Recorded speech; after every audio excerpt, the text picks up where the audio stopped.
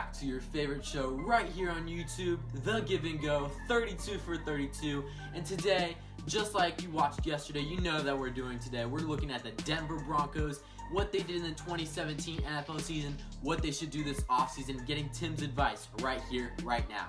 But first, before you do anything, as always, hit that subscribe button, share it with your friends, follow us on Instagram at The Give and Go, like the video, comment below, do all of the above, hit that notification button, you know what to do. But let's get right into it right here, right now on The Give and Go. So for the 2017 NFL season, these Denver Broncos had a huge quarterback controversy going on between Paxton Lynch, Trevor Siemian, and Brock Osweiler. It honestly truly ended horribly for the team.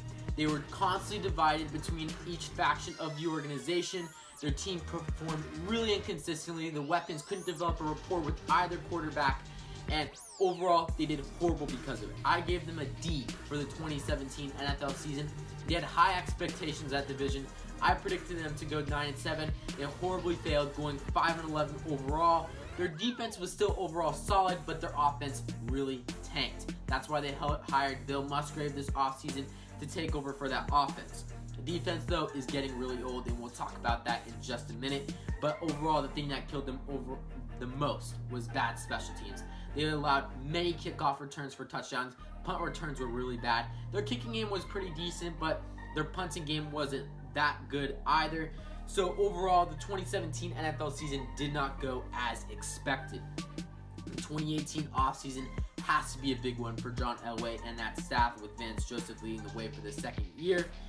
First thing that they have to cover is who is that quarterback on that roster, and if he is on that roster, who is he, and if he's not, who should they go get? I honestly think they should go get a quarterback. There are many quarterbacks in free agents this year. Maybe it's Kirk Cousins, maybe a Case Keenum, Sam Bradford, anybody. All those three guys are available. Maybe they trade for Nick Foles or draft another quarterback, Baker Mayfield, Sam Darnold, Josh Rosen, Josh Allen. Again, they have the 5th overall pick this year in the 2018 NFL draft. That's a really high pick. They probably can go after someone like a Josh Allen and grab him. Maybe even a Baker Mayfield. Maybe they need to trade up with the Browns. Who knows? But they do need a quarterback. Comment below your prediction for the Broncos 2018 quarterback. So, second thing that they have to cover, offensive line problems. Menelik Watson hasn't been good for that team. Matt Paradis is a free agent. Donald Stevenson was and he's also a free agent this year. Garrett Bowles, he still needs to develop. This whole entire offensive line was makeshift, and that's part of the reason why this offense had no chance to develop this past year. The offensive line couldn't protect the quarterback, and the running game had very little holes to run through. Therefore, they definitely need to improve that this upcoming year. Maybe spend another first-round pick, trade up into the first round, grab a second-round pick, spend some money on them, even though they only have $25 million to spend. Maybe you go after someone like an Andrew Norwell to shore up that line. Third thing that this Broncos team has to do is add some secondary youth to its roster. You look at it, they already started this movement back this past August, as to everyone's surprise, getting TJ Ward the walking orders as he went over to Tampa Bay, cutting him a year early.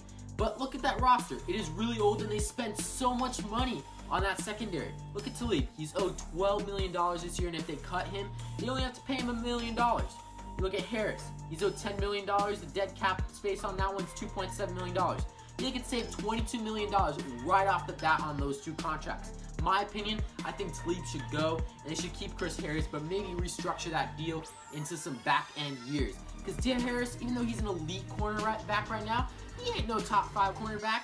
He's definitely a top 10, but he's not top 5, and he's getting paid like it. Look at Bradley Roby. I think he should replace him on the outside.